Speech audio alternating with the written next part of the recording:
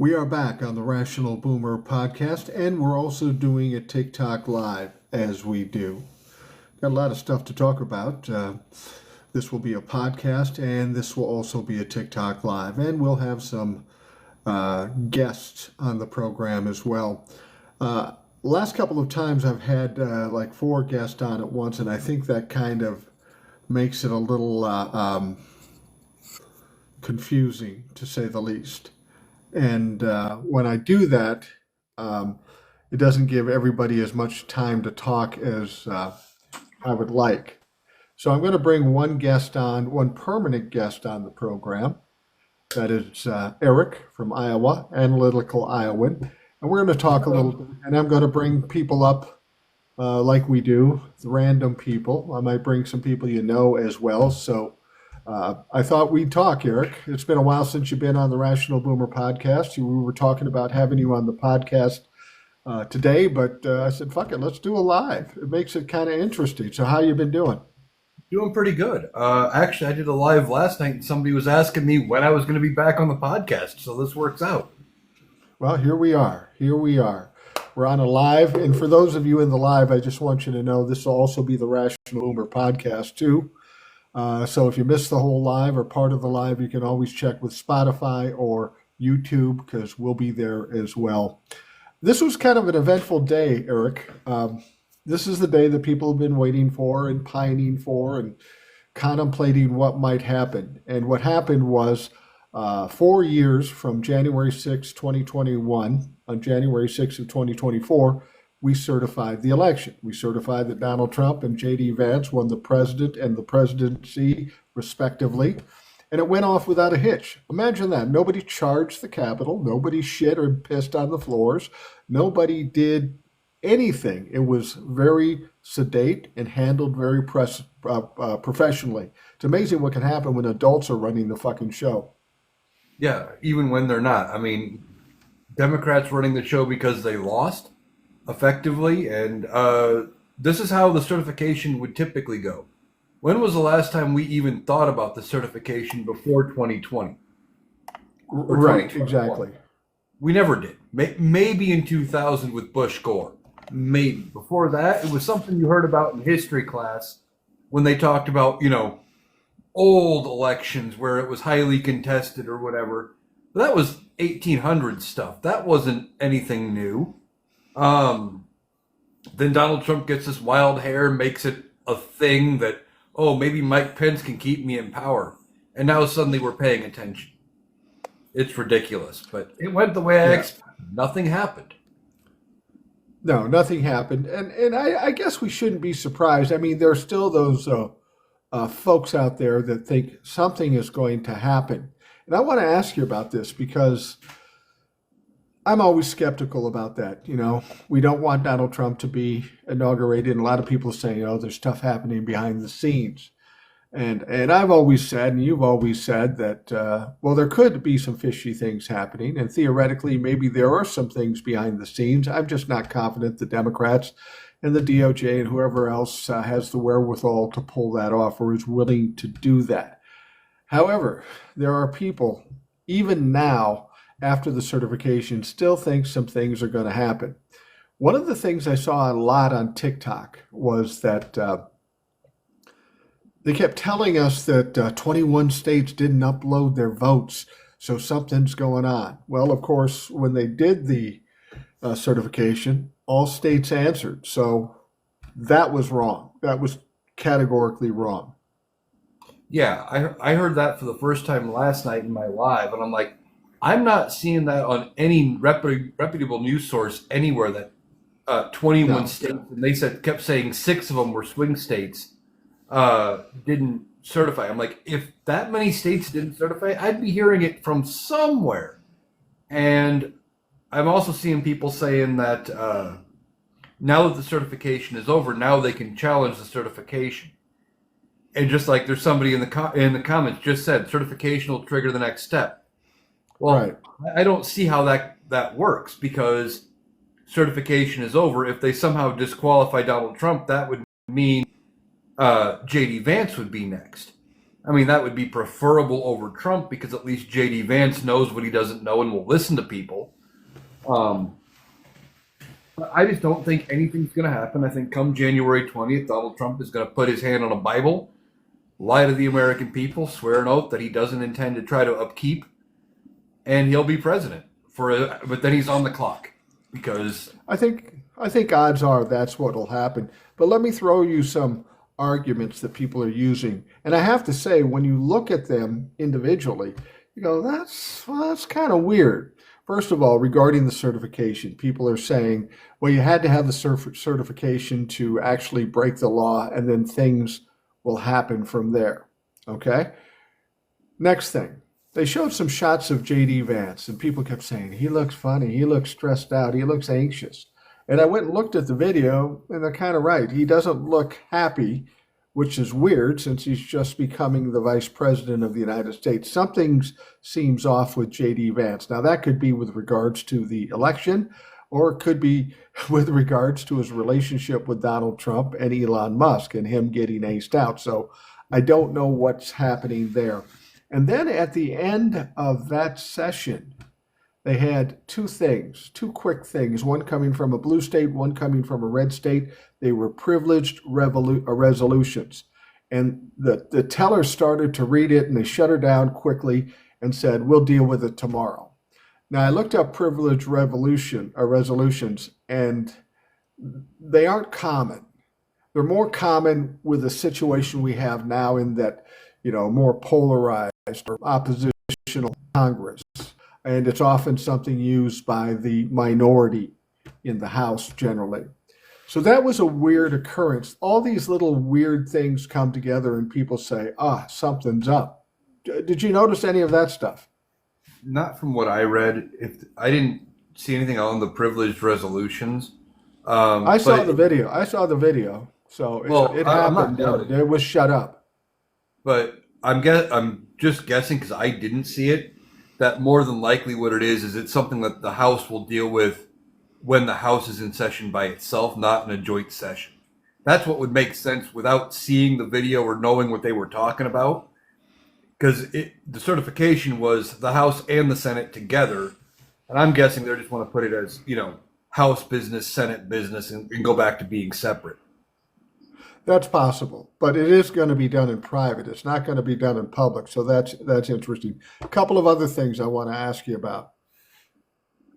Marjorie Taylor Greene does a video, and she seems very somber, and she talks about if the inauguration happens, and we know you're scared by the things you've seen, and we're going to try real hard to make sure the inauguration happens on the 20th. That's a weird attitude to take when, especially now that it's been certified, it seems like a foregone conclusion that there's going to be an inauguration. Why would this stupid bitch think otherwise? The only thing that makes sense to me, and TJ and I were talking about it yesterday, and it seems like she might know something that we don't know.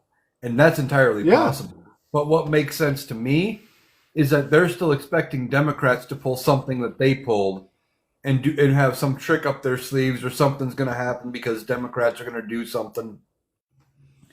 And they've been prepared for this war that has been completely and totally imagined by them since before the election.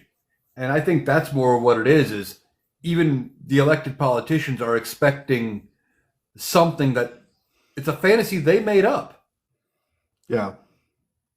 Well, the last thing I want to bring up regarding the questions about the inauguration, Donald Trump did something weird. And at first I thought I knew why he may have done it, because he's an idiot and he's an egomaniac. Deciding to have this campaign rally on the 19th, the day before the inauguration. That seems kind of redundant. Isn't the inauguration kind of a celebration of his inauguration? But he decided to have that. And then he said something weird. He said something about this will be a day that people remember forever. It sounds a lot like what he did January 5th to January 6th of 2021. It's like he's setting something up. It's like he's concerned about something and he needs to rally the troops, when it happens to push back. It won't work because it didn't work last time, but it's interesting nonetheless. Oh, it's interesting. I don't know if he's actually trying to rally the troops as much as what I've been saying is I think he's just trying to draw a big crowd. Because using that Yeah. rhetoric drew a crowd January 6, 2021. So he's trying to Right. draw a crowd. And then he figures if he gets them there the day before, he can see what kind of a crowd he's got if they have to do last minute calls trying to get more people in or whatever, because he wants a huge crowd going Right. into his inauguration. He doesn't want it to be like his rallies have been where we're making fun of him for it being very few people. Now, maybe there is something else. Maybe one of his advisors has got to him, and like Marjorie Taylor Greene or whatever, and is convinced that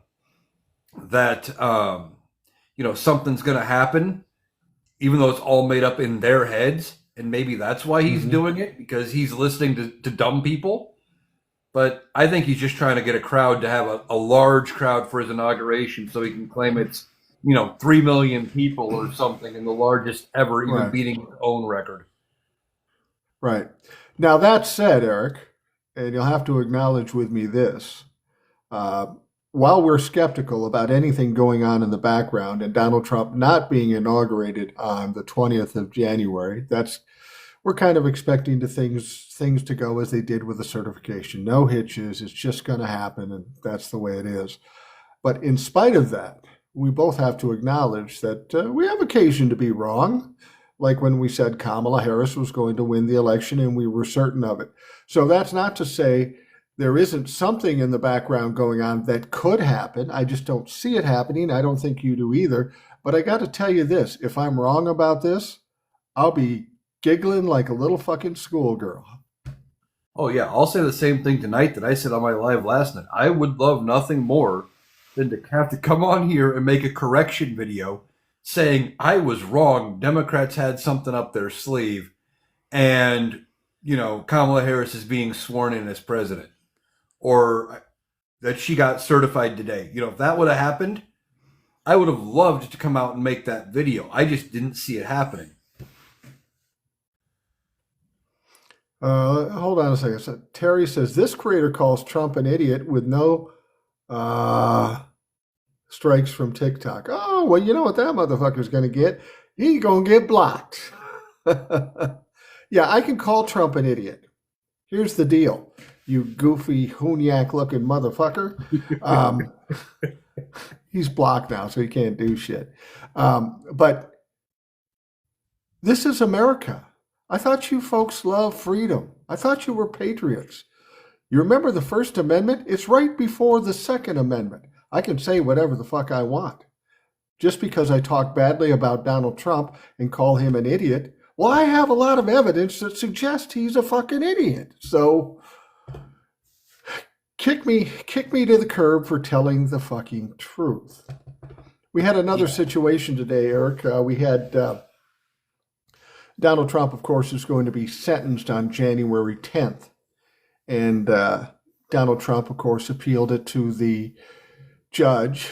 See, the thing is, Donald Trump and the Republicans, talking about stupid, they think that he's only convicted in the Manhattan District case. He's only convicted if he's sentenced, which is not true. He's convicted at this moment. He's just as convicted as he was impeached, in spite of the fact that the Senate didn't convict him. But he's been trying everything he can do to get them to delay it till he's president. That's what Donald Trump does with everything. He delays it. He's not much of a man. He doesn't face up everything. He just looks for fucking delays. So the judge said, yeah, no, we're not going to do that. We're going to sentence you on the 10th. Now he's going to appeal it to the New York Appellate Court, and he's already appealed about immunity and all that stuff, and they've turned him down there. So he's going to be sentenced on January 10th. Well, yeah, he filed an appeal with the appellate court, and he filed an appeal to the judge to delay the sentencing or stop it. Judge said, go fuck yourself. These are all things we've discussed already. You haven't entered any new reason for me to delay the sentencing or not have it happen. And This is how dumb Donald Trump is. he wants to delay it till after he's president. Okay. The judge is going to give him what they consider an unconditional discharge, which is effectively, we want to punish. Maybe he said that's one option. We don't know what he's going to do. True, but it sounds like that's what Donald Trump is going to get. It's either probably going to be the unconditional discharge or a fine. So Donald Trump pays a fine, he's done. He gets this unconditional discharge, which means we can't punish you like we want, and because of your situation, you get no punishment. That would be far better than prison time for Donald Trump. But this is how dumb Donald Trump is. He wants to appeal and appeal and appeal and delay it till now after he's president. And if he succeeds, minute he's not president, judge could say, okay, we're having your sentencing in a week. Show up, guess what? 50 years in prison. Something like that. Well, whatever it comes up to for all of his counts. Well, here's the situation with Donald Trump, and I've said this many times. He's a narcissist. He's a egomaniac. What's most important to him is his perception, his image, the tough guy, the smart guy, the rich guy, whatever it is. And he's always been able to take everything that's put up against him and twist it and turn it and distract and divert as if it didn't happen. And there's a certain faction of people in this country, dumbass fucking people, Trump-la-fucks, that will believe it. Now, he had them believing that if he isn't sentenced, he's not really convicted, which is not true. He has been convicted. But the way he sees it now, that if once he gets sentenced, there's no way to deny it or distract. I mean, he'll try, but there's really no way to do it. So he's finally been cornered, finally been stuck in whether he gets a serious punishment or no punishment. The fact that that has run the process and he is a convicted felon in his mind, that's too much for a simple egomaniacal mind like Donald Trump. Yeah, it is. He doesn't want to face the actual reality of him being sentenced at all. Doesn't matter to him that it's going to be effectively, well, yeah, you're guilty, but you get no punishment. He doesn't even want to deal with that much. He wants it all to be wiped away. He wants somebody to come back and say, no, Donnie, you actually really didn't break the law. You did the right thing. You were right all along. Because his ego can't take that. And the dumb thing, I keep saying this because of getting Trump humpers and Trump-la-fucks in comment section saying there was no crime, it was made up, there was no, thing. If he would have wrote it in his books, in his accounting of it, and said non-disclosure payment, and when they sent her the money, called it a non-disclosure payment, there wouldn't have been 34 charges. He would have done it the right way. Calling it legal fees and having Michael Cohen pay it and call it legal fees and all of that, that's where the crime was. It wasn't the payment itself that was the problem. It was how he went about it. But he's too stupid to understand it, and so were his followers. Right, exactly. Eric, I'm going to pull somebody up here we know. And I've got to... Okay, here we go. I've got Will up. Now, Will, I want you to understand the rules here today. I'm trying to streamline what we're doing. Maybe having one or two guests, because I want to get a lot of the random guests in too. And you were on for an hour and a half today on the podcast. So I know. I know you have some input here. I already told TJ and Rebecca, I said, we're going to do you next time or whatever. So go ahead, make your comments, because I'm interested to hear what you're thinking about what happened today. I'm going to, you can treat me like one of those guests, because I have to check out anyway in the next couple of minutes. Okay. But like we talked about last night or the other day, I didn't think anything was going to happen. Kamala Harris has too much class. We saw what happened with the Nebraska senator's husband being a total ass. So this is what we deal with. Didn't shake Kamala's hand. Yeah, I mean, it was just so Jim Crow. It was disgusting. But the thing about it, he knows no one gives a shit, and he's getting celebrated by MAGA. Yeah. The thing about it, I'm going to tell everyone, and I think we made reiterate from our discussion the other day or today, is that it's going to happen, guys. Right now, they're having a party. Think Lord of the Flies, okay? Yeah. They're all dancing around the fire, bare ass naked, waving the spears. They're all happy. The problem is they're going to have to go find food soon, and they're screwed because they don't know what to do. Right. And the governing part's coming. Trump's talking all kinds of shit. He's gone crazy again with Canada, blah, blah, blah. I mean, Don Jr. is in Greenland. It's just the celebration till they get down to the nitty gritty and see what happens. Go ahead, Mike. Sorry. Did either of you hear the news story that was out? It was put out by Maggie Haberman, New York Times, I think, that there's talk within the Trump realm. He denied it, of course, once it came out in the paper. But there's talk in the realm of paring back the tariffs. Yes. Instead of 25% across the board to everybody, they're talking about specific areas and specific things. So they're talking about taking that tariffs thing way back. Donald Trump denies it now, but Donald Trump's a pathological fucking liar. So who knows what's really true? This is what we're going to see now, guys. Mm-hmm. We're going to see all the things that he claimed he was going to do. It's all going to be pulled back or done away with because he can't do it because of Congress, because of the Republicans. And he's going to say, well, that's what we meant to do anyway. I mean, if he gets his tax cuts, fine. If he goes and does what he does, if he lets the economy roll, doesn't do anything, the economy will be fine. He can take credit for it like he always does. That's our best case scenario. Unfortunately, he may have to pay off the immigration thing, but that may bite him in the ass because all the farmers and construction people are going, I kind of need them. Yeah. And so the one thing I'm going to tell everyone, and a lot of the videos I've seen today, especially people who are not Trump-la-fucks, is they're whining. Stop it. Just stop whining. Stop complaining. Don't go blaming the Democrats because they didn't do this, didn't do that. Come to this conclusion that the reason that Kamala Harris was lost right there is when that guy wouldn't shake her hand. It's about racism and misogyny. That's never going to change. After January 20th, we're going to see what happens because the reality is coming to fore. You can't fuck the economy, Trump, because you fuck yourself. And bottom line, and Venezuela and Musk can say all their shit, but it's not going to happen. Now, is it him being in power is going to be a good thing? No. The incompetence will come through. But stop whining. Just take a deep breath. Understand they're going to celebrate. It's going to look really bad. Although I did get one video, and Eric, you got to find this video. This guy put up, these MAGA folks are coming up to D.C. for the inauguration, and they're videotaping themselves in the car, and they're flying down the highway, an icy highway at 70 miles an hour, and they're singing like YMCA, MAGA to YMCA, and bam, right into the fucking middle divider. And I'm screaming at my screen, karma. Because as soon as they hit the thing, the lady in the back, old lady in the back is going, oh, we're not going anywhere. He's going, no, we can fix this. We can fix this. And that's the highlight for today.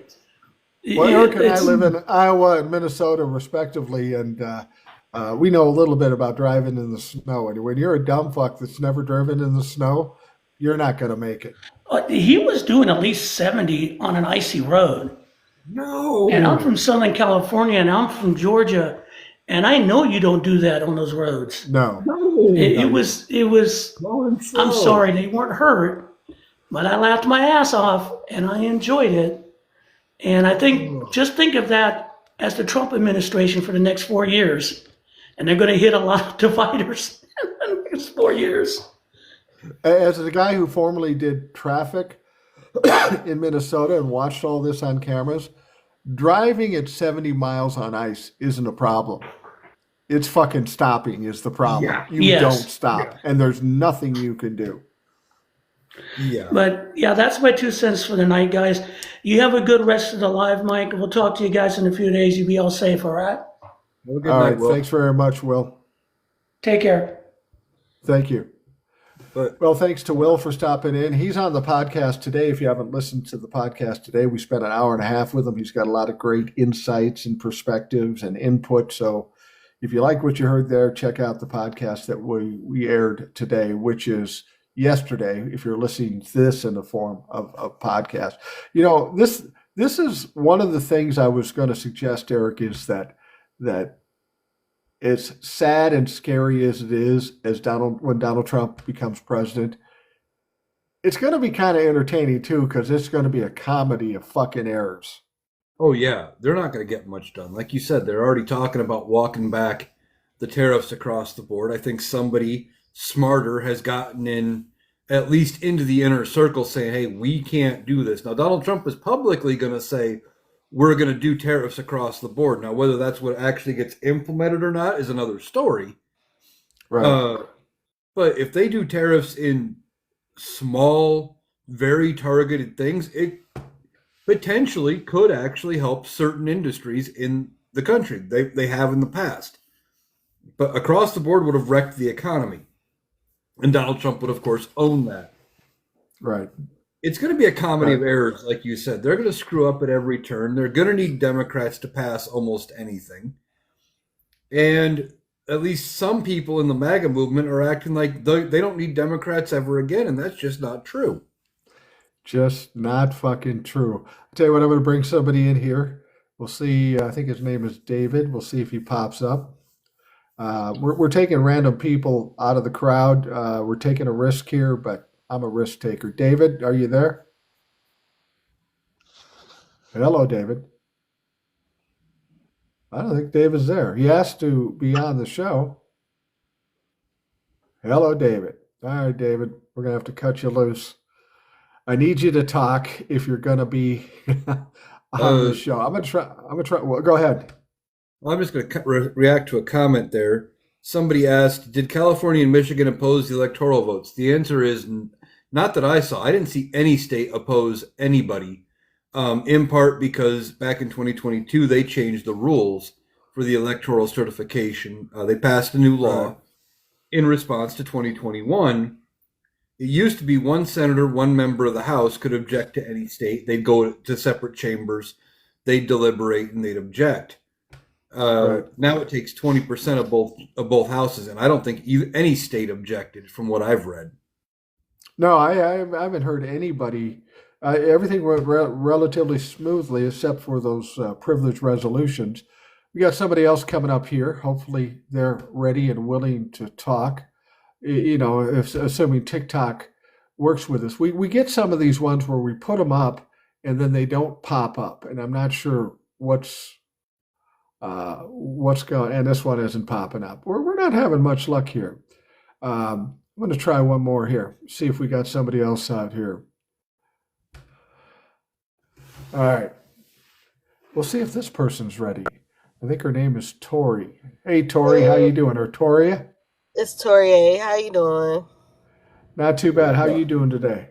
Good. I'm 38. I'm from Iowa, and I support Harris. I definitely am a Democrat. Long life, long term Democrat. I will never switch. I can tell you that much. I just want to say this. I just know that the Democrats want to just be graceful with how they do things, but I feel like that we really should have been fighting a lot harder than we have. I feel like we've been letting them get away with too much. Like, for instance, Trump getting away with violating the Logan Act for so many years and never being checked about that. But I think that this time going around for the next election, we need to go down to the rural states and actually communicate with them, because I think that a lot of times it's just misinformation and them not actually listening to what actually is going to affect them. Yeah. And I think that's something that we can do. I think you're absolutely right, and I think a lot of people feel that way. I feel this way, is that Democrats have always tried to be above it all. The Republicans are always cheating, and we just kind of stand back and shake our heads. Oh, those mean people. You do need to get a little tough. You need, if you're going to get in a fight, you need to wade into it. I'm not saying that you have to be as bad as the Republicans, but you got to at least meet the energy. Otherwise, they're just going to walk all over you. You know, what bullies count on are people to be passive or to back off, and that's kind of what the Democrats have done. We can't do that.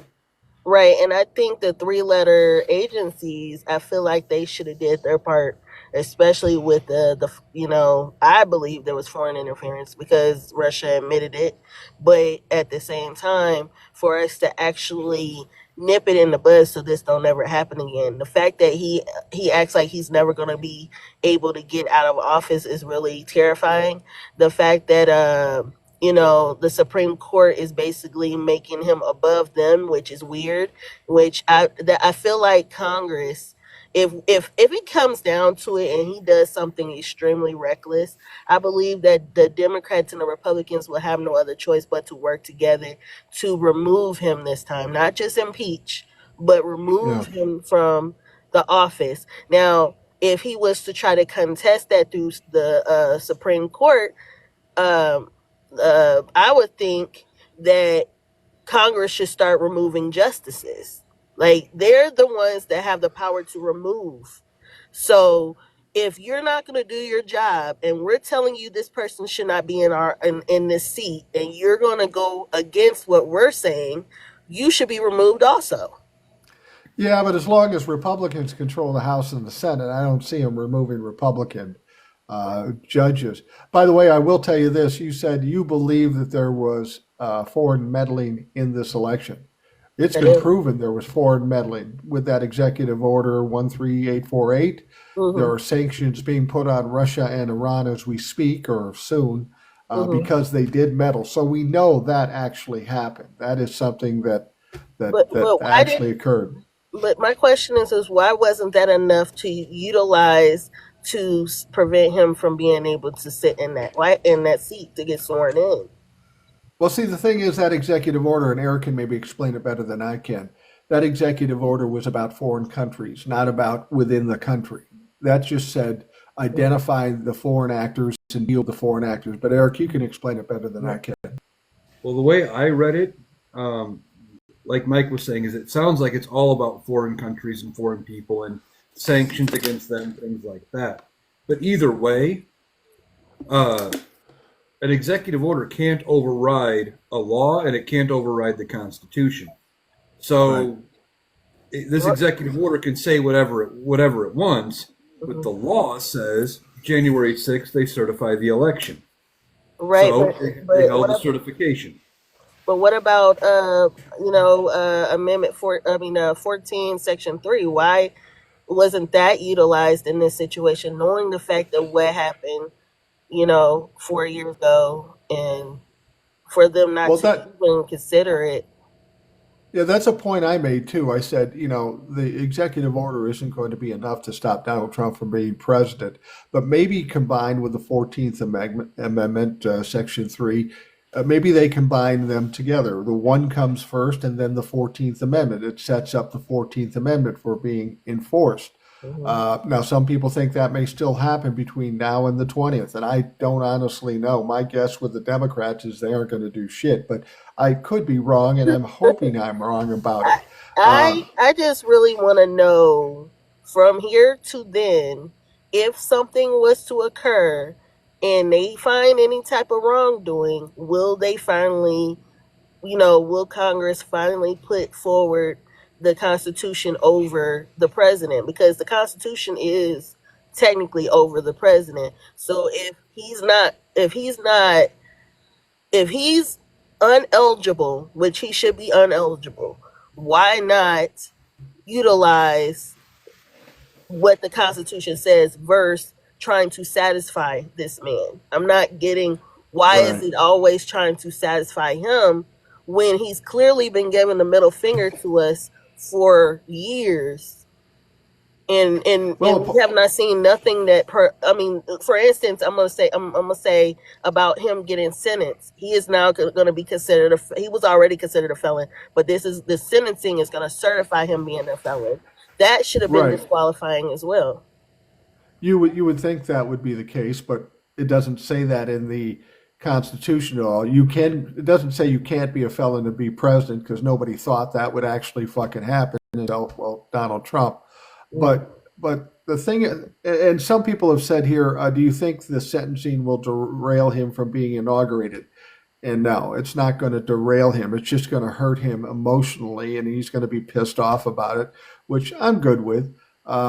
the thing is the 14th Amendment is a constitutional amendment. So while the executive order is not, like I say, if in combination, this is where the Republicans themselves could use the 14th Amendment. We've talked about different options they could do to get rid of them, because I think that Donald Trump is now that he's going to be inaugurated, once he's locked in there, he is a liability to the Republican Party, because he's going to fuck things up and he's going to hurt the midterms. And he's a lame duck. He's a lame duck. Yeah, he's a lame duck. So it's conceivable maybe the Republicans jump in and say, yeah, the 14th Amendment, get rid of this motherfucker, because they don't need him anymore. They already won the election. So there's really nothing he can bring to the table now.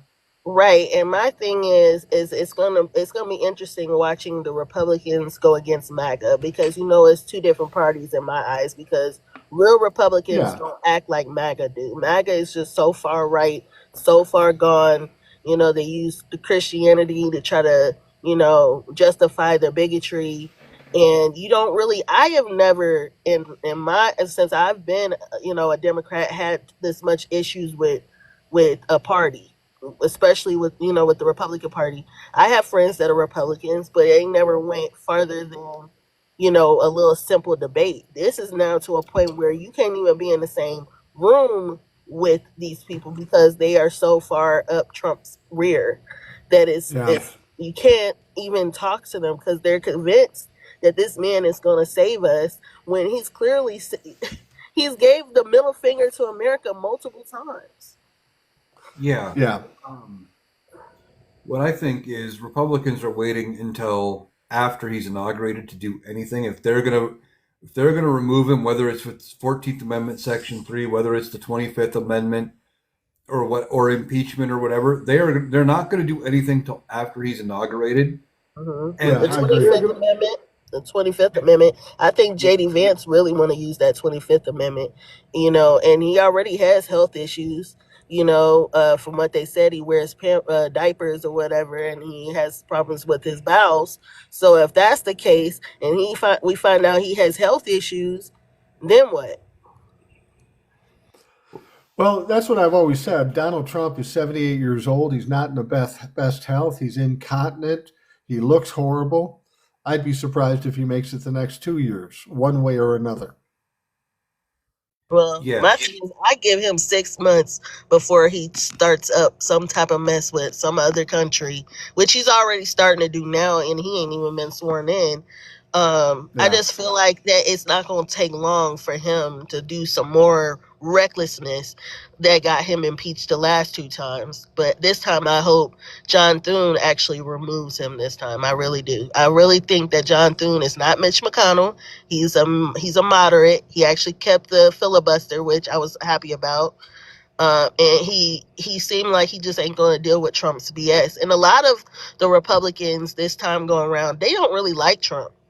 They don't. They're not as fond of him like before the last election.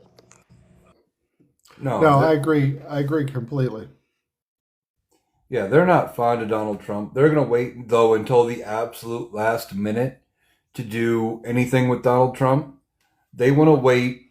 And I think they're hoping that nature runs its course so they don't have to do anything. Right, but kind of like what Mitch McConnell did with the second impeachment, where they waited for, they wanted the DOJ and the criminal justice system to take out Donald Trump and make it a criminal matter, so they didn't have to be the bad guys and remove him and make him ineligible to run later. They want somebody else to do their dirty work. But they also don't want to have, they don't want to do it because they don't want to piss off the MAGA base. They need that 30% that's diehard Trump supporters, because if they remove him, they will never vote for any Republican that was ever involved in that again, and maybe never vote for a Republican ever again. So they're going to wait as long as they possibly can, but he may leave them no choice ultimately. J.D. Vance is another issue, because he represents the Heritage Foundation. His whole agenda is just weird anyway. So even if he gets removed and J.D. Vance get put in office, how we know he ain't going to further go into Project 2025 and do even more recklessness, then now we have to remove him. Then we have Then we have Mike Johnson, that is just a ass kisser. Sorry to say it, I'm just gonna tell the truth. But for him to become the president, I mean, we're screwed either way it go. Down the line, back to back to back. Tori, it won't work out that way. It's only a rare emergency situation that the Speaker of the House becomes president. Say we have Donald Trump and he gets kicked. J.D. Vance then becomes president, but then he appoints a new vice president. So whoever he appoints or whoever he brings in there will be the next in line, not the Speaker of the House. It's really like if something goes down with both of them at the same time, then the Speaker of the House is the emergency president at that point. So I wouldn't worry about Mike Johnson becoming president. Mm-hmm. Well, I'm saying, what if Vance gets removed also? Because what I see is they're both reckless, right? So if Trump gets removed, then J.D. Vance gets removed, then we got to deal with Mike Johnson. But my thing is like you said, who's going to become the new Speaker of the House? Who's going to be the vice president? I'm looking at the fact that I know the fact that they are using Trump to get really what they really want, and is to bring the Christian narrative to America. And I feel like a lot of people don't understand that everybody is not a Christian. Everybody don't look at the Bible as something that they love. And the point is, we have the freedom of religion. I feel like everybody should not have to sit here and live in fear because they're trying to force people to be in a certain religion. Absolutely. Well, Tori, I want to thank you for coming on. Your wonderful points. Come on anytime. If you want to be on the podcast, you can email me at rationalboomer@gmail.com. You're a very bright young woman, and I appreciate your input and your perspective. You make me look smarter, and I'm all for that. All right. Thank you. And I'll definitely inbox you. Have a good day. All right. Sounds good. Thank you. This is why I like to do this, because there's a lot of smart people out there, and they have some interesting insights, and Tori is a good example of that. Yeah, very much so. On her point, though, about if they remove Trump and we get Vance, it would be just like what happened with Nixon and Ford. Nixon resigned, Ford became president, Ford appointed Rockefeller, and things move on. We wouldn't be stuck with Mike Johnson unless for whatever reason they had to toss Vance out before Vance could pick and get a VP approved. But either way, Vance is going to be better than Donald Trump for a couple reasons. One, J.D. Vance is not going senile. He's not battling dementia. So right there, he's already better off. He knows where he is. He kind of knows what's going on. Two, he to me at least seems smart enough to know what he doesn't know. And he'll listen to people. He'll listen to advisors. They may be able to kind of push him in a direction. And beyond that, they're still going to be stuck with the same votes in Congress. 2-seat majority or 3-seat majority in the House, 3 seats in the Senate. They're not going to be able to get nearly anything out of Project 2025 done. Doesn't matter if it's Trump or Vance. Yeah, absolutely. And save, one other thing that will be saved from some occasional racing stripes. He probably won't shit his pants like Donald Trump. So we got that going for us too. He won't embarrass us. I'm going to pull somebody else up here. Somebody said to me, Martin said, "Mike, you look tired." I'm not really tired. I got some shit in my eyes and I got the lights looking right at me, and I'm a radio guy. I'm not used to fucking lights and being on camera, for fuck's sake. All right, we have somebody coming on who wanted to come on. His name is Kenton. Kenton, are you there? I am. Hello, sir. Hello, how are you doing? Oh, I'm doing good. I really appreciate the education I get from listening to you guys talk. Some great commentary, and like you said, some really smart people, and hopefully I can add to it a little bit. It sounds like you're going well so far, so shoot. Okay. Well, I was just looking at the number of people that did not vote in the election, the eligible number, which from what I've seen is around between 85 and 90,000 for this election, which is a larger number than either one of the candidates got. And so I took a look, and that you're talking about 90 million, actually, not 90,000. You were talking 90 million, not 90 million. 90,000. Thank you. Thank you. And looking back, that has actually been true and larger since 2012. We have about that same number for since 2012 that have voted. And some of the reasons I was looking at why there's such a lack of interest from that many people, one, which I'd like your opinion on, is apathy. I think there's literally that many people that just don't care.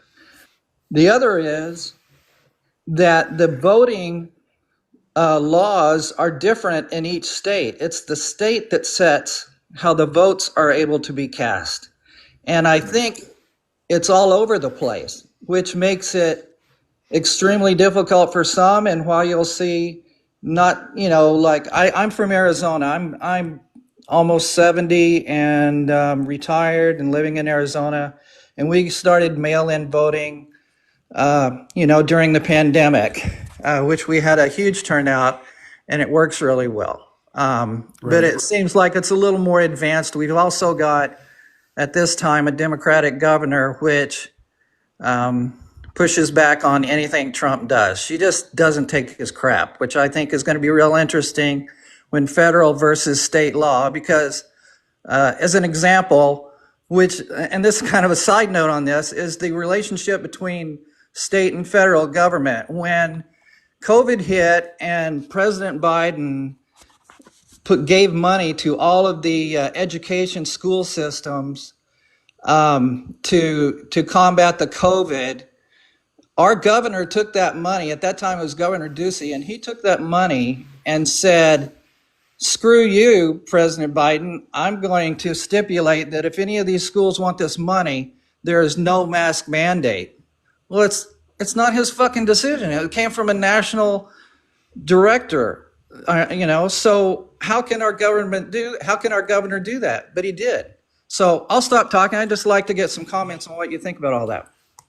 Go ahead, Eric. Address that. Well, on the voting thing, you're absolutely right. With every state doing it different, that does put a change in it. A lot of Republican-led states changed how voting works. For example, here in Iowa, they took away, I think it was 9 days of early voting access after 2020 because they had a record turnout and they were worried Democrats could flip the state. They took away the ability of the Secretary of State to just mail everybody an application or a ballot or anything, and forced you to go get your absentee ballot. Like, you had to go request it. You had to go do all of it yourself. None of the information was sent to you. And a lot of states did that, not to mention all the states that purged voter rolls and did all that stuff ahead, trying to find any reason to make it so you couldn't vote. And a lot of red states were doing that. But yet on the voting laws, they also then want to try to go to some kind of a national voter ban or a voter ID law to ban people from voting. So Republicans wanted either way that will, help them win. They just want to use voter laws to cheat. As far as the funding, we had an issue like that here in Iowa. There was COVID money, and I don't remember what it was for. It was for something COVID related anyway. After we got the money, they found out Governor Reynolds had used it to upgrade computers and stuff like that in some government office spaces and not for actual COVID relief. We had to pay the money back to the federal government. And that's part of the problem is we send the money out federally to these states, and then they think they can do with it as they please. Ed talks about it all the time about how the money never actually makes it where the government sends it in Tennessee. Right. That's a problem. That's something that needs to be addressed, but it won't get addressed until the Democrats are back in charge. Absolutely. And the thing about what you say about apathy, this isn't a new problem. Apathy has been going on for decades, even before 2012. Maybe not as many didn't vote, but we are in this position right now, Kenton, because of apathy. Had people voted, if all people voted, and there's got to be a way we can make that happen, and you do have to make it a little more convenient for people to vote. Maybe the internet ultimately is the way to do it. I mean, we have different ways to pass money around. Why couldn't we do that with votes and give everybody an opportunity to do it, or most people to do it? We do need more people participating. And what I'm concerned about, it's going to take a fucking shit show and getting your ass kicked before you get off the couch and actually vote. That's what it seems like to me. And it's almost, to me, it's like, well, this is what you asked for. Good luck with that shit. I don't feel sorry for you because you pushed us into this situation. Yeah, but we're at a new level of shit now, right? Yeah, absolutely. Yeah, Well, maybe this is the thing that pushes them forward.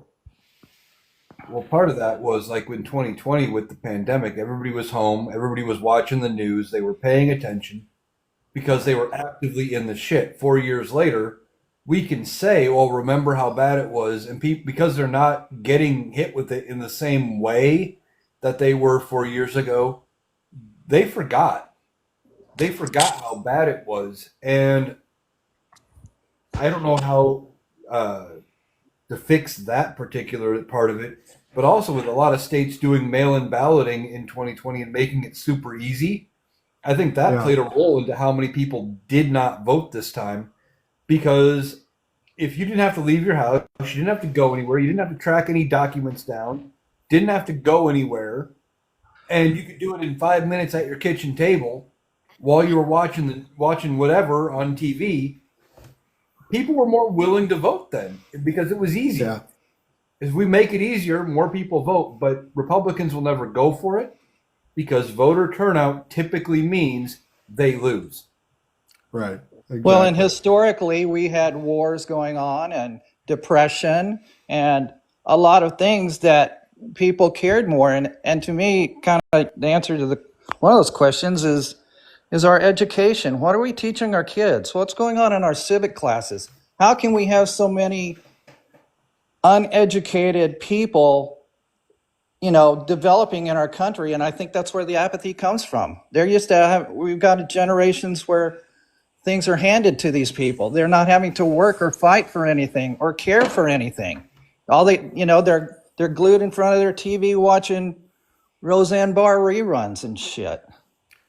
Yeah, that's true. The education system has taken big hits, and that's partially because of the federal government and partially because of the way school districts are run. They're typically top heavy.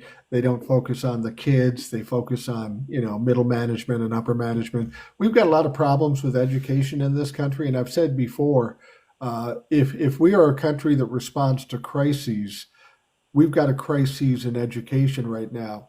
Forget about forgiving loans. We should be giving everybody a fucking free scholarship and get as many engineers and educated people as we can, because clearly we got 48%, 49% of this country that are dumb as fuck. Amen. Part of that, we've talked about it before, Mike, that I saw from another creator on this app was blaming George W. Bush and No Child Left Behind, where the idea was instead of teaching to make sure the students learned the material, you were teaching to a test, a standardized test, and then your funding was based off of how many students passed the standardized testing. So Right, exactly. They're not learning anything. They're learning how to pass a standardized test. They're not retaining the knowledge. I mean, that's why we have people who don't know how basic government works. Yeah, They no, don't know what it takes to pass a bill. They don't know what the Supreme Court does. There's a lot of problems when it comes to civics in this country that people just don't know anymore. That was lost, I think, in part because of No Child Left Behind. Absolutely. Absolutely. Well, Kenton, I want to thank you for coming on. I appreciate it. I'm glad you kind of pushed me on this because I'm looking for people that I know can talk and aren't fucking goofballs. And thankfully, Kenton, you not only can talk, you're not a goofball. So thank you very much. All right, I passed the test. I'll be back someday. Thank you. Anytime you'd like, please. Thank you. Thank you. We've got some real problems with the education in this country, and we're pretty well behind the eight ball at this point, and I'm concerned about it. I don't know what we can do to do that or fix that, but we'll have to figure that out, and we can't do it until the Republicans are out of office because they just refuse to do anything. Now, I just brought somebody else up. I don't know if they're coming now. Let's see here. They popped up for half a second. Oh, okay. They may be dropped. Oh, I got another person coming too. This person was on last time, and she's a very bright woman. Hello. I forgot is your name Katie? No, Joanne. Joanne. I'm sorry, I mixed you up with another one. Joanne, That's okay. welcome, and I'm All looking us forward smart to your women look input. alike. You do. You actually do.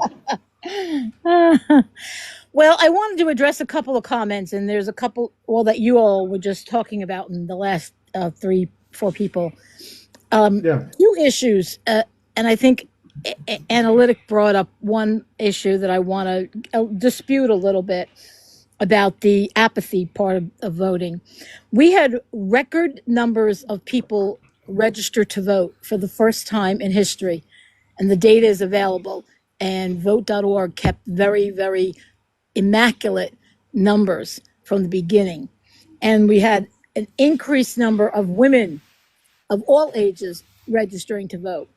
And the numbers for first-time voters was astronomical. That means it's Gen Z.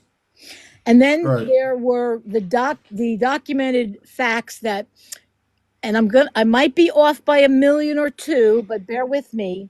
I believe, and if I could have found the video in time before you pulled me up, I would have gotten you the exact numbers. But it was spoken about in great depth that approximately 22 million people died since the last election. Vast majority of those people were due to COVID and boomers reaching those age groups, right? So attrition. 14 million new voters came into play. So that means people over the age of 18 that may or may not have registered. These are just demographic numbers. These are not registration numbers. So that leaves you a net difference of about 6 to 8 million people.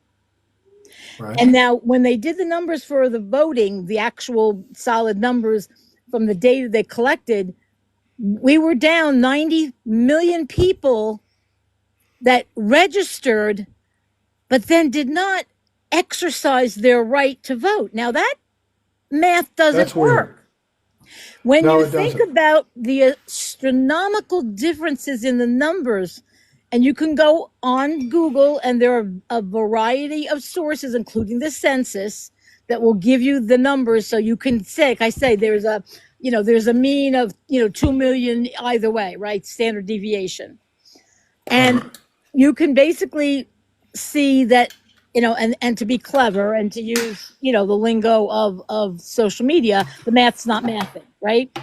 Because Right. when you're looking at the numbers of people that were eligible to vote for the last election versus the number that were eligible to vote this election, we were already up 8 million estimate.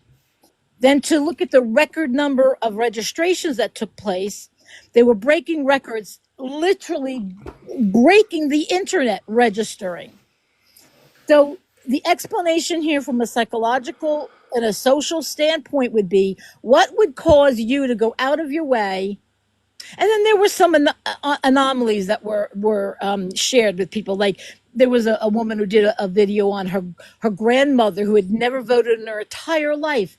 And she brought her down to the city and registered her to vote. And she was proud to vote. And she was doing that because she wanted to vote for the first woman.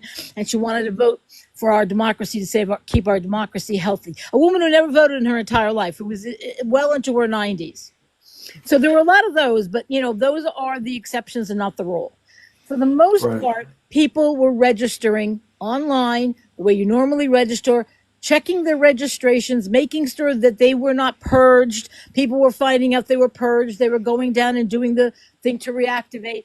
We were all so active in this, and the numbers proved it. So why would you go through that much effort? That's like you saying you're going to take your wife out to dinner to celebrate your anniversary, and you get a reservation and you everything ready, and you got your clothes out of the cleaners and your suit's nice and pressed, and then you go to McDonald's. What? Well, I tell you what, if you make a reservation and you don't follow up on that reservation in my house, it means I pissed my wife off somehow. Right. That's what Right. it means. And not only that, you had enough desire to make that reservation, right? You had Right. something in you that said, I want to do this. So when you register to vote, there's something in there that says, I want to do this. Now, of course, we know 100% of the people that registered for the first time, regardless whether it's the first time in their life or they are first time voters that became eligible to vote, you still had an impetus to go and do that.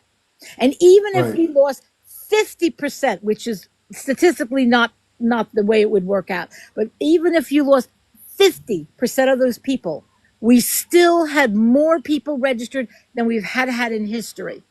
And So, apathy, Joanne, yeah, go ahead. let me ask you this. When we talked last time, I think you were one of the ones that thought there might be something going on in the background. Am I right about that, or am I missing Yeah, that? yeah. And I'm still sitting on the fence with that. We still have 14 days to find out if in fact Well, anything will be done. yeah, and what you're talking about in terms of the numbers and the mathematical situation not working out, these are all the little things that, for me, I'm skeptical, and I'm saying he's going to be inaugurated. But there's these little things like J.D. Vance's face, like the like the event on the 19th. Why would you do that? Marjorie Taylor Right. Greene looking so somber, and then the numbers don't add up. And the fact that Donald Trump is involved, any fucking goofy thing can possibly happen. So, what are you thinking right now? You're saying you're on the fence. Did you think something would happen before the certification? Well, I've kind of been on the fence since, an hour after they declared that Trump had already won and there was 10% of the vote in half the damn states. I was already on the Right. fence about what the F is happening here. Am I dreaming about this, or is this happening? And stayed up all night, by the way, to see what the final results would be. And they never wavered, not 1 minute, about declaring him the winner right from the start. Right from the start. So there was suspicion immediately. My spidey senses were tingling. But Right. in the end, what we see is that very little has been shared with us as the population at large. And there's a lot of Right. reasons why that would be, right? There's a lot of reasons why you wouldn't want your enemy to know what you're up to, right? Right. You Right. wouldn't want to give your hand away. I mean, all the cliches you can think of. So I stayed on the fence while I watched each significant and even the insignificant dates that were being predicted come and go, and nothing, not even a crumb was going on. And I started to feel that I was not going to get what I think we deserve. I'm only on the fence because I do not think that the powers that be, who are for 14 more days still in office and running this country, are going to take the steps necessary to put their own careers on the line. That's what this is about, bottom line. To save the American public now, because the stress level that people are dealing with, the number of people that are crying every day, the number of people that are literally scared for their life, and rightfully so, especially in the LGBTQ community, people that are literally leaving the country. And I'm not saying that to be dramatic. People are doing videos that have sold their homes. People with more means than some of the other people who are going to be hurt by a lot of these policies are choosing to retire early and skedaddle. I have friends personally who have held dual citizenships because of their ancestry to countries that allow that, who had a plan that said, you know what, my kids are in college and we can do this, right? Lots of people are doing things. The Canadian border was shut down almost immediately and said, you all can't come here. We will not let you in if you are trying to get asylum here. So everybody's taking this very seriously, that this is what's going to be. I don't want it to be, but I'm a pragmatist. I'm a realist. I am saying we may not want it, and we may have a lot of things in our favor, but if you don't use the evidence that's been given to you to make a case, then you lose. You just lose. I don't care how many Spoonamores and Jackie Sings and anybody else out there who knows the data inside and out, who swears up and down, who certifies it, who sends a duty letter of warning. It doesn't matter if the people that receive it don't want to listen to it, don't want to enact it, don't want to use the 14th Amendment, don't want to take the steps because they're afraid of the repercussions that they will suffer. This is why we will not get justice. Because my feeling would be, if the people that are looking to protect their careers would all do the same thing, their careers would not be at risk, because the people that they protected would make sure they kept their careers, because you stepped out and you protected us.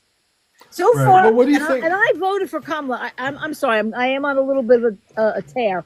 I don't want to forget this last thought. No, there's one last thought about Kamala. Kamala, I'm sorry, mispronounced her name, basically came out on 3 different occasions and gave speeches to the American people that were very quietly said and had very little, as far as I was concerned, very little hope in them. Wishing me a happy Thanksgiving. I don't give a fuck. I want to hear some substance, okay? Coming out and wishing us a happy holidays. I don't give a fuck. Give us some substance. Telling us now, after she certified the vote, that, she did what she was supposed to do and that's the way it goes, and oopsie daisy, we'll see you in 2028. Yeah, no, you're not going to see me in 2028. I'll tell you that right now. Whether or not Trump leaves office and the Republicans don't try to make it into some kind of declaration of a monarchy, and they just keep putting their own people in it and give us either no ability to vote or do something even more to sabotage the votes straight up, that we are going to see a chance to do this. We can't wait until the midterms. We can't wait until 2028. The amount of damage that is going to be done, forget about whether the policies are put actually into place. The threat of them alone are causing people to become physically ill. You are damaging the psyche of the entire country. You are causing people to be frightened for no reason, living on the edge of their seats. You're causing veterans to have PTSD episodes over this is unconscionable. And I am furious with the Democrats, absolutely furious. And if they don't do something in the next 14 days, we are shit out of luck and on our own. And I'm done. I agree with you wholeheartedly. And Joanne, thanks for coming on as always. You always give us some insights that I need. I need that fire out of Democrats, and I don't get it a lot, but we sure get it out of you. So thank you very much. Yeah, and to just address one last point with some real statistics to the education issue, the lack of education issue has been in this country a long time. 21% of adults in the United States are completely illiterate. That means they cannot read at all. And 54% of those adults can only read, of the remaining adults, can only read below a 6th grade level. That's not a new statistic. We have had bad literacy rates because the Republicans have wanted to keep people ignorant, uninformed, and uneducated.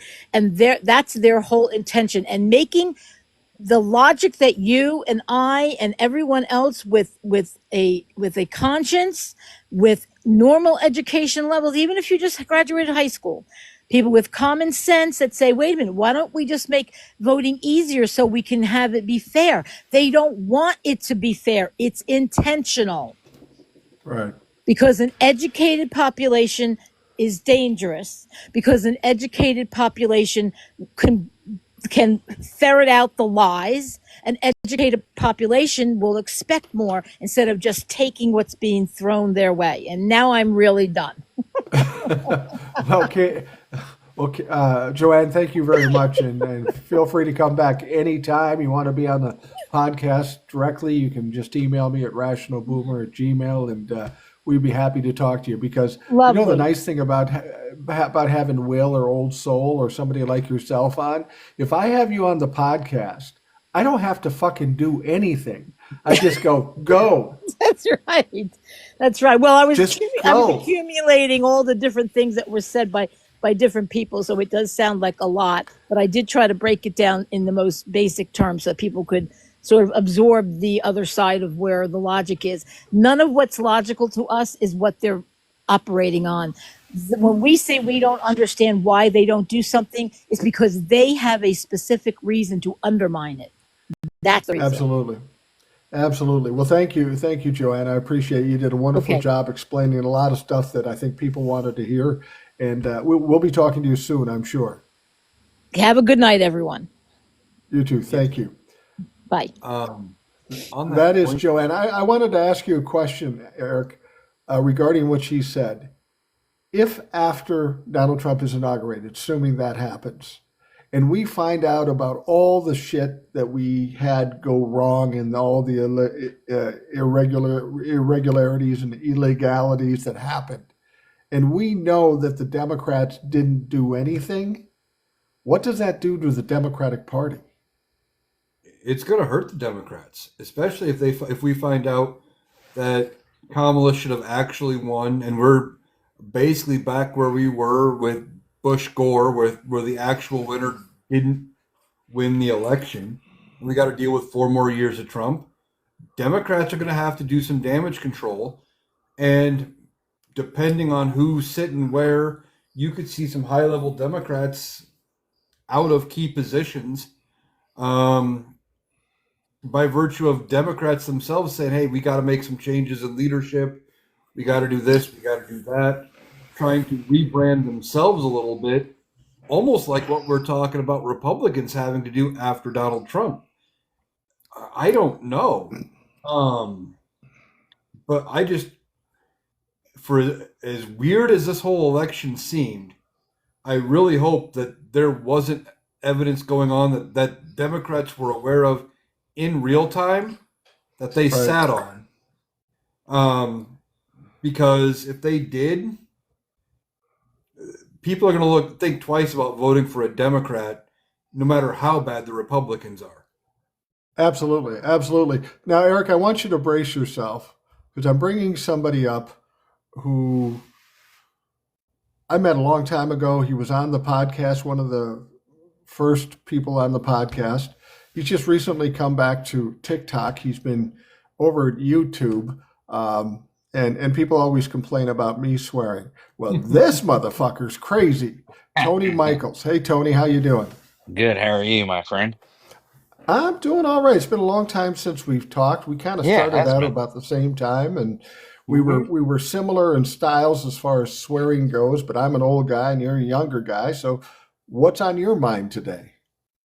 Oh, well, I thank for having me on for my TikTok debut. I guess again, I was permanently banned on my original account several times.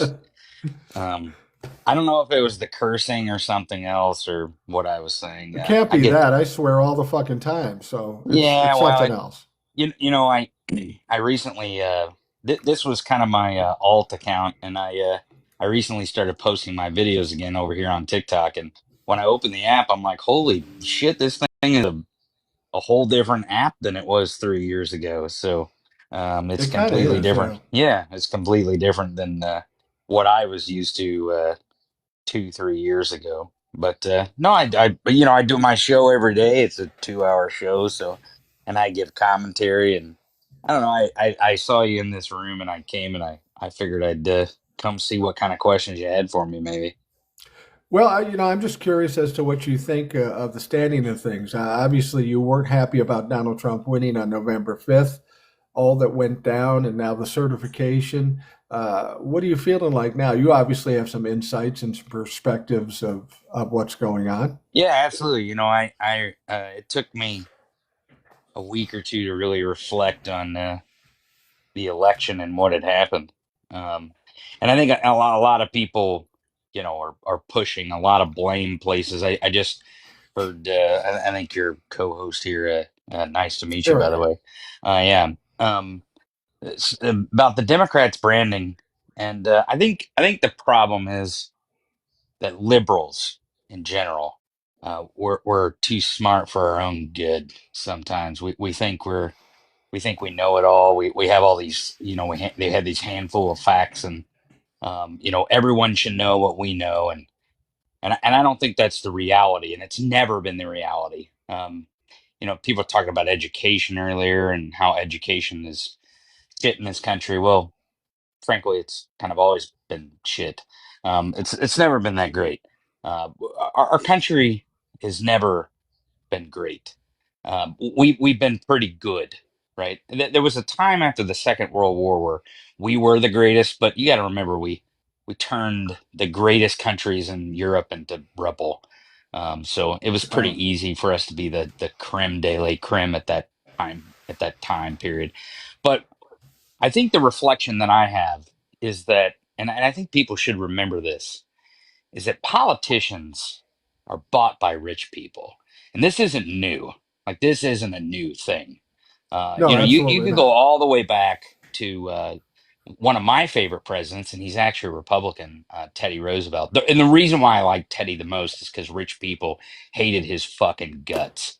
I mean, rich people hated that motherfucker so They much do. that they made Teddy Roosevelt the vice president. They were like, oh, we'll stick him there, and that motherfucker won't say a word. He won't be able to do shit to us. And then the president died. So the vice president, Teddy Roosevelt, became the president of the United States. And he was known as the trust buster. And really, that drove us to a time period where this country really questioned what government's role was in making sure that there wasn't this disparity in class. And Teddy wasn't a poor person. He didn't come from a poor family, but Teddy was kind of all over the place. He would run through the woods, and he was into sports, so he was kind of one of the peasants, even though he wasn't raised that way. And Right, I think that's the reason why he found his place into hating rich people and trust busting. So this isn't new in our country, right? This oligarchy, this billionaire class. I call it the monopoly state, is what I call it, because they always want to talk about the deep state and bureaucracy, and I'm like, you kidding me? A bunch of federal government employees that make anywhere between 75 and $100,000 a year. That's who's manipulating our population and manipulating our society. Get the fuck out of here with that nonsense. It's the people who have it all who are trying to control the people who have nothing. And we think we have a lot of things. You might have a couple 100,000 in your retirement from a good job that you've had for many years. You might own a good portion of your home, the equity in your home, so you feel like you're really comfortable. You can afford the high price of eggs or the high price of groceries. It doesn't sit well with you, but you can manage to do it. So you feel comfortable. So you feel like, I'm part of the middle class. Well, you're not part of the middle class.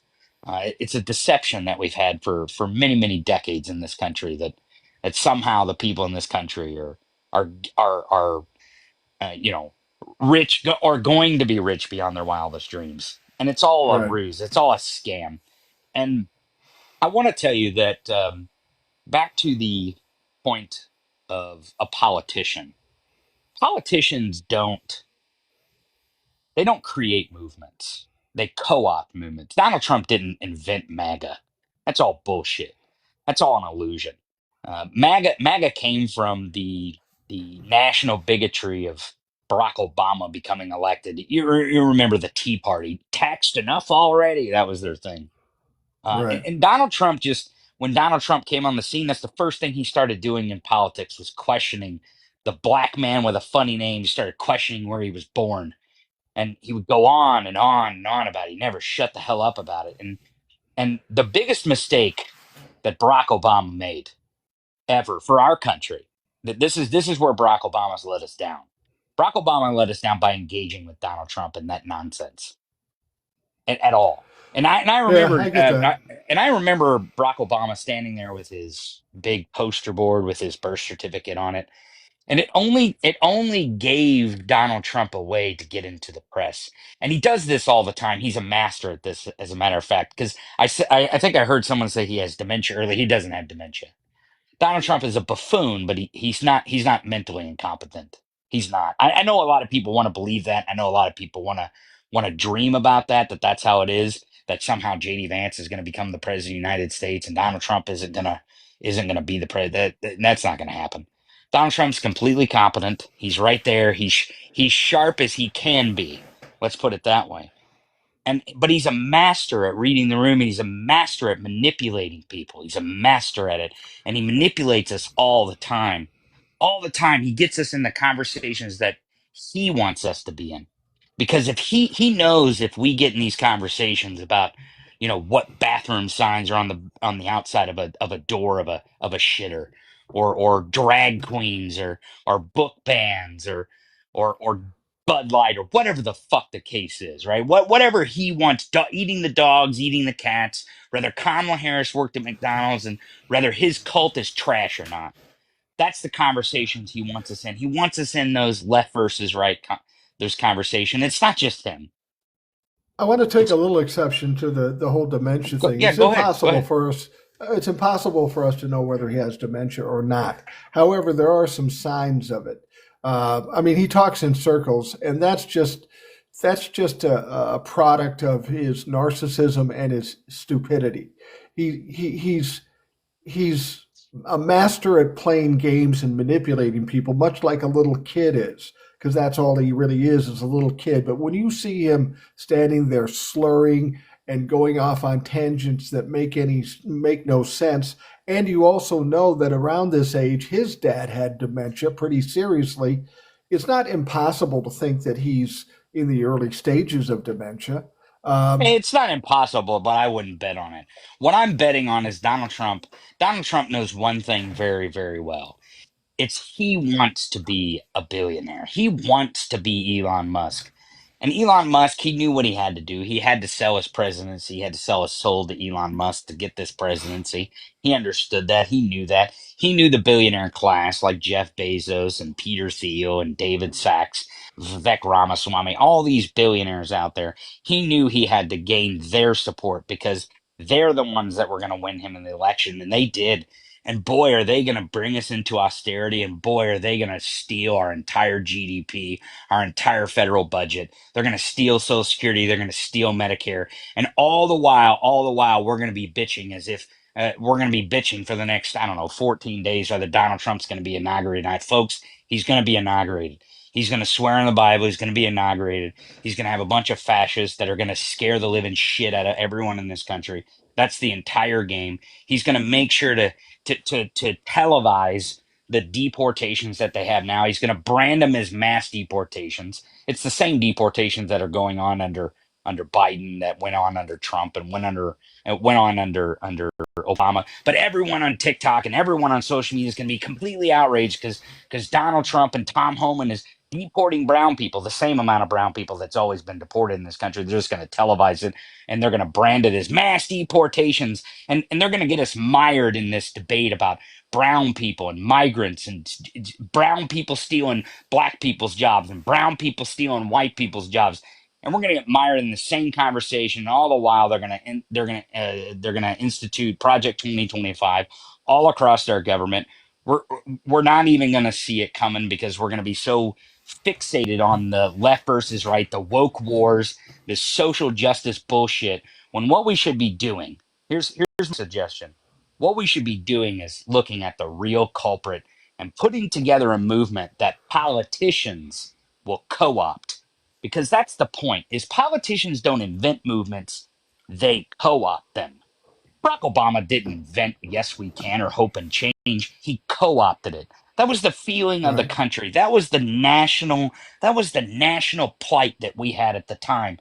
And he was the one who arrived on the scene. Hillary Clinton was the standard bearer. She was the next one in line, but he co-opted this feeling, this movement of hope and change, and moving on past this nonsense of George W. Bush and Republicans and Dick Cheney and this empire kind of feeling that we had, right? And that's what the movement changed.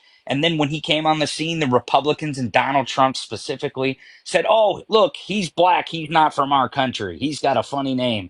And that was the new plight. That was the new outrage. It was white grievance, and he tapped into it, and he called it MAGA. He put his name on the outside of the building, even though he doesn't own it, and he doesn't run it, and half of it's empty anyways. That's how Trump does it. That's how he always does it. And that's how a politician will brand our movement.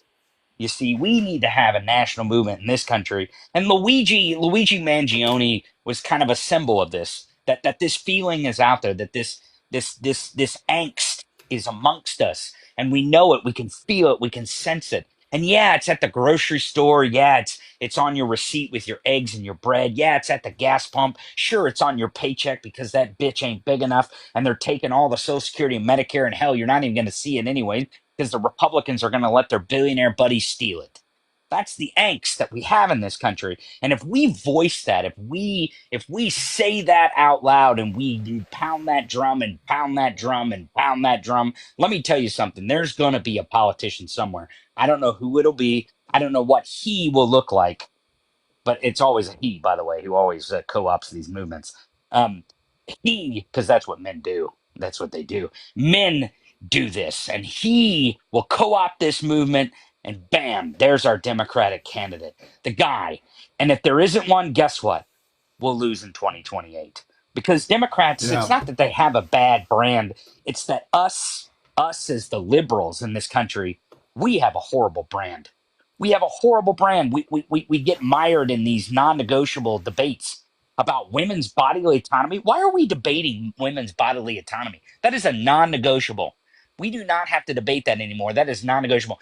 Rather, trans people and gay people have human rights. That's non-negotiable. We do not have to debate this. We do not have to have these discussions. We do not have to have these arguments. You do not need to make another TikTok about trans people ever again having human rights because it's non-negotiable. And if we get in a situation where we are talking about the kitchen table issues, because let me tell you something that trans people care about, their fucking paycheck. Let me tell you something that gay people care about, their fucking Social Security and their Medicare being there. They give a shit about that. Let me tell you something. Let me tell you something about what brown people and black people want. They want good fucking jobs. They want decent fucking pay. They want to make sure that they don't go broke because of a doctor's bill or an electric bill, or their fucking rent doesn't drive them into bankruptcy. That's what they care about. So let's talk about those things. Let's talk about those things, and let's talk about who's stealing that money from us, the great American working class, because that's the team we should be playing on in this country. We shouldn't be playing on left versus right. We should be playing on the team of the great American working class, and we should be playing against the monopoly state.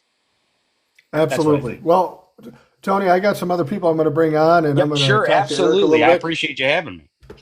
No, I appreciate you coming on. You always have a lot of great insights. If you like what you hear from Tony, he's over on YouTube doing a podcast. Yeah, every day, so you be sure to can. check it out. You follow me. Just go to thetonymichaels.com, follow the Substack, and follow me here on TikTok. I'm going to be posting some more videos here, so I appreciate it, my Absolutely. friend. Have a great one. Hey, I Thanks. need to come back on Uh, your show sometime. That's always a fun one. Send me a fucking email, and All right, we'll man. put you on. I'll get it. We'll see you later. Thanks. Like I told Joanne before, I love having guests like you and Eric and Tony and other people because it's a fucking day off for me. I just say go, and then I'm fucking done. You have a good one, So my friend. you too. Thank you. Bye-bye. Bye. See, I told you, Eric, you got to brace yourself for Tony. I know you get that fucker wound up, he will go. But he's got some good insights. I'll be honest with you, and I've told Tony this before. There are some things I disagree with him about, and because I'm 64 and he's what, in his 30s or 40s, I must be smarter because I'm older, right? Well, he had a point there. What he was talking about getting too caught up in some of the issues, the abortion issue, LGBTQ rights, and not focusing enough on kitchen table. That's what kind of what I've been saying is we need a candidate to run on a New Deal style platform. And I think that's how the Democrats could take control for 20 plus years, especially if Donald Trump wrecks the economy.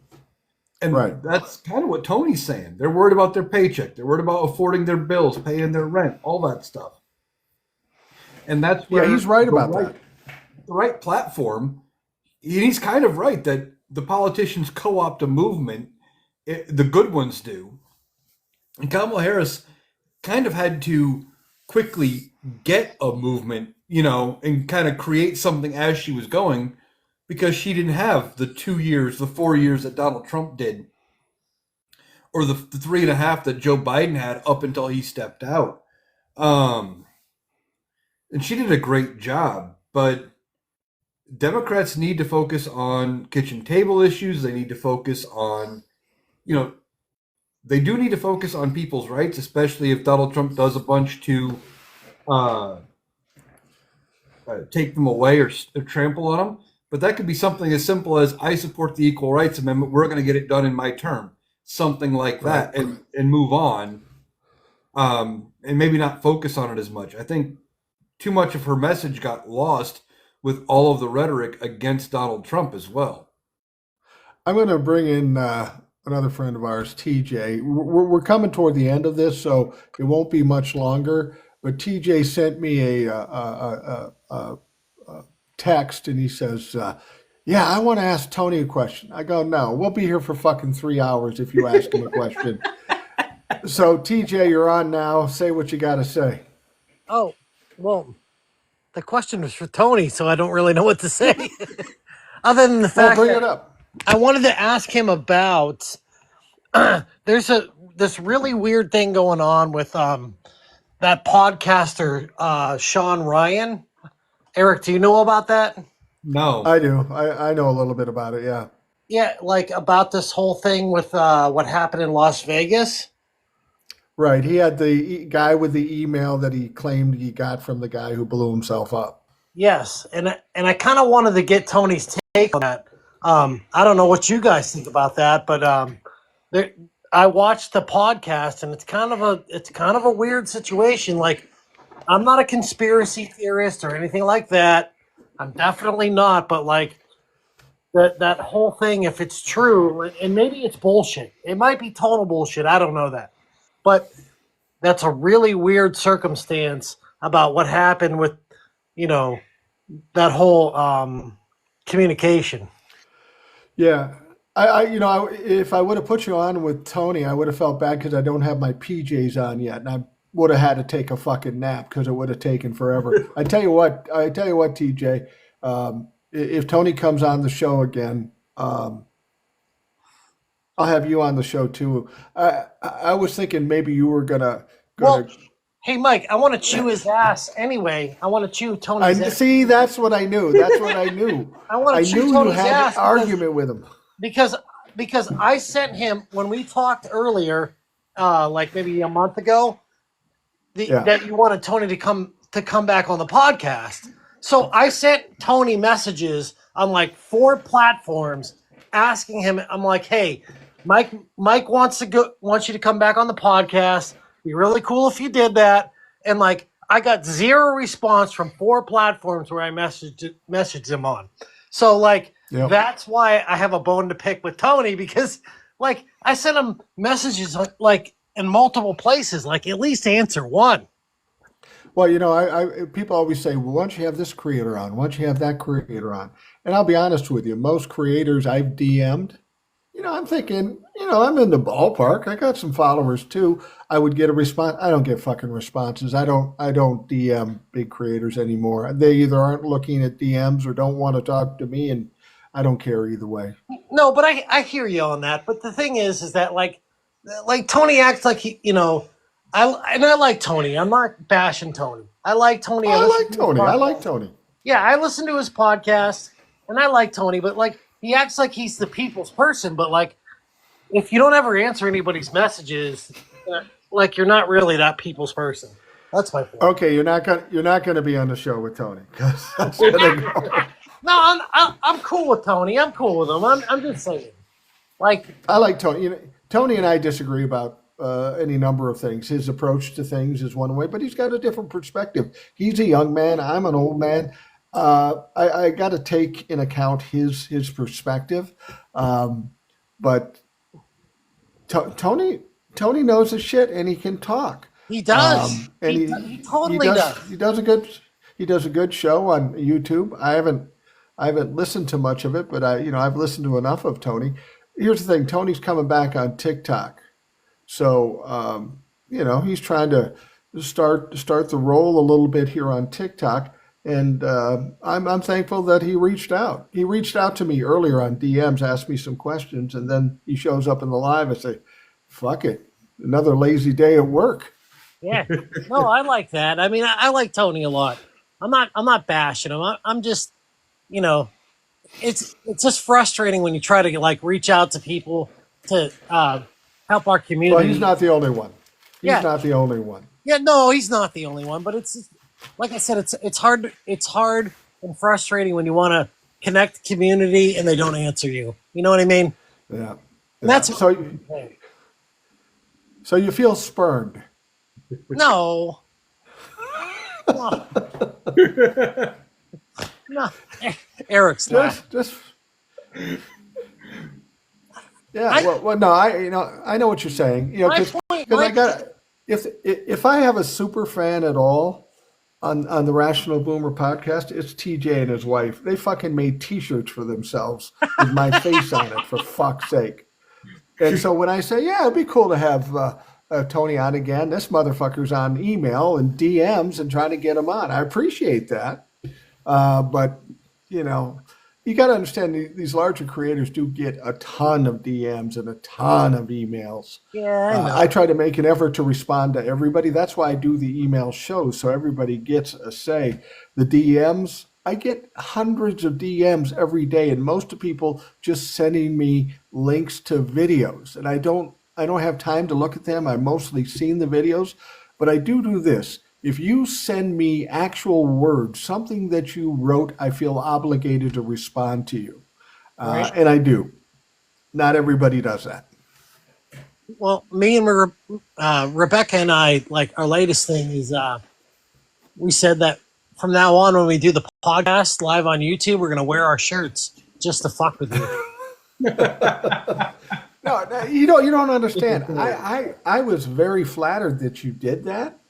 I was very flattered, and I think they look cool. They're very well done. The only thing I said is you sent me a shirt, and I'm just saying, how stupid would I look with my own face on a T-shirt that I'm fucking wearing? Hey, Mike. You know, that kind of play. You know, there was a truck driver on TikTok for a while, and he was fairly popular, and he'd do videos, and he wore this T-shirt that says, "I'm TikTok famous." I ain't doing that shit. Hey, Mike, give the T-shirt to your fucking brother. He won't wear it either. Nah, he won't wear I'll it. give it to somebody. Come on. No. I mean, if even if he would, he's more the button-down kind of guy, and the name brand stuff. That's him, and his wife would give him shit about it. His kids would give him shit about it. My kids would give him shit about it. Does she have a problem with you or what? No. Well, I don't know. I haven't talked to her about it. She seems fine when I talk to her, but who knows? I mean, there's a lot of motherfuckers out there that don't like me, and I don't even know it yet.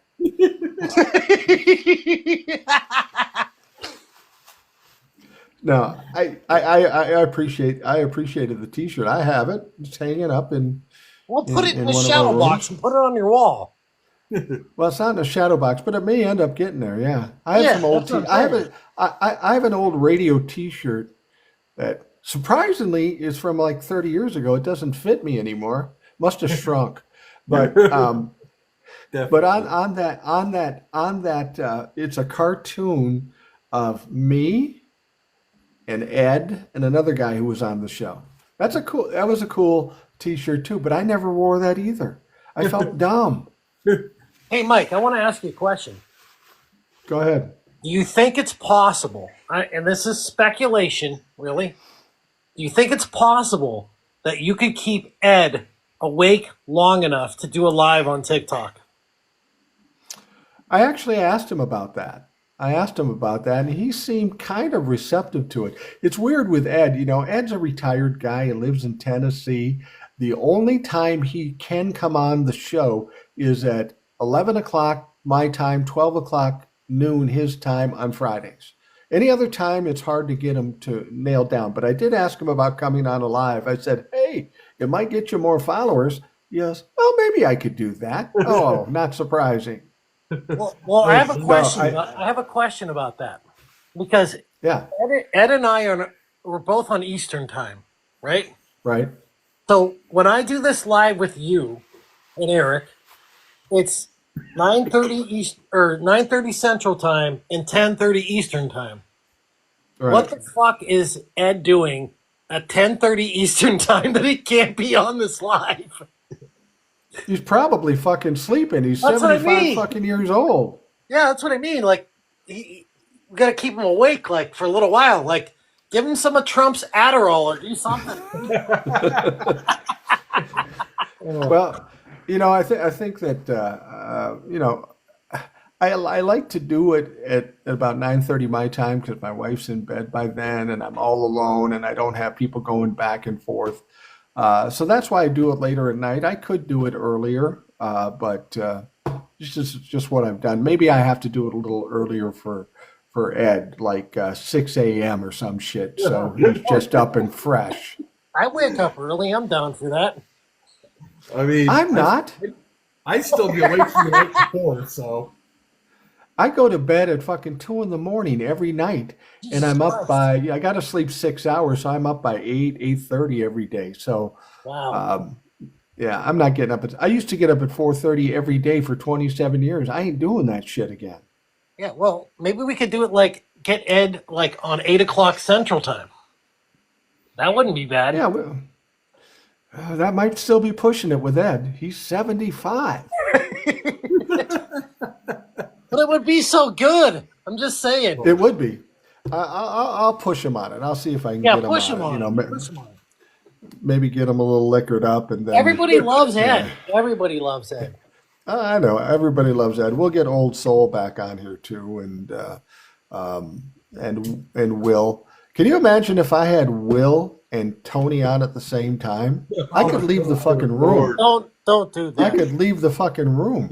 Don't do that. Don't do it. Well, we're at that point. We're over that point. I'm going to wrap things up, but TJ, thank you for all the help on the blocking these dumb motherfuckers. We made it another hour and 45 or thereabouts. Eric, thank you for coming on. Eric will be on the podcast soon too, on the regular podcast. Will I was might on the too. I podcast might too. today.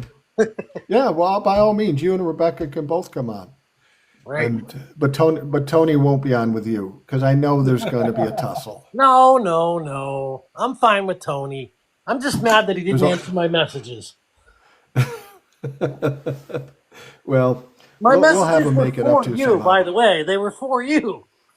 I know. I appreciate that.